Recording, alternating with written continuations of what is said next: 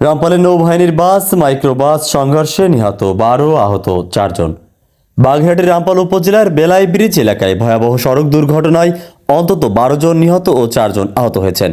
আজ বৃহস্পতিবার 12 মার্চ দুপুর প্রায় 3টার দিকে বাংলাদেশ নৌবাহিনীর একটি বাস ও যাত্রীবাহী একটি মাইক্রোবাসের মুখোমুখি সংঘর্ষে এ মর্মান্তিক দুর্ঘটনা ঘটে। স্থানীয় সূত্রে জানা যায়, দ্রুত গতিতে চলাচলের সময় বাস ও মাইক্রোবাসের মধ্যে মুখোমুখি সংঘর্ষ হলে ঘটনাস্থলে কয়েকজন যাত্রী নিহত হন এবং আরও কয়েকজন গুরুতর আহত হন।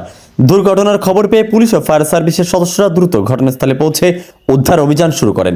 আহতদের উদ্ধার করে রামপাল উপজেলা স্বাস্থ্য কমপ্লেক্স ও খুলনা মেডিকেল কলেজ হাসপাতালে প্রেরণ করা হয়।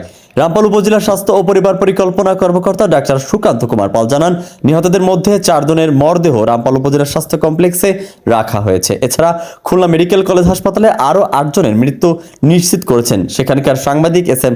মাহবুবুর রহমান। এই রিপোর্ট লেখা পর্যন্ত নিহতদের কারো নাম পরিচয় নিশ্চিতভাবে জানা যায়নি। আহতদের মধ্যে কয়েকজনের অবস্থা আশঙ্কাজনক হওয়ায় নিহতের সংখ্যা আরও বাড়তে পারে বলে আশঙ্কা করা হচ্ছে। এ মর্মান্তিক দুর্ঘটনায় পুরো এলাকায় শোকের ছায়া নেমে এসেছে। স্থানীয় প্রশাসন দুর্ঘটনার কারণ অনুসন্ধানে কাজ করছে। রামপাল থানার ওসি আব্দুল্লাহ আল মামুন দুর্ঘটনার বিষয়টি নিশ্চিত করেছেন। এদিকে সচেতন মহল মহাসড়ক নৌবাহিনীর বাস সহ সকল যানবাহনের দ্রুত গতিতে চলাচল নিয়ন্ত্রণে দাবি জানিয়েছেন।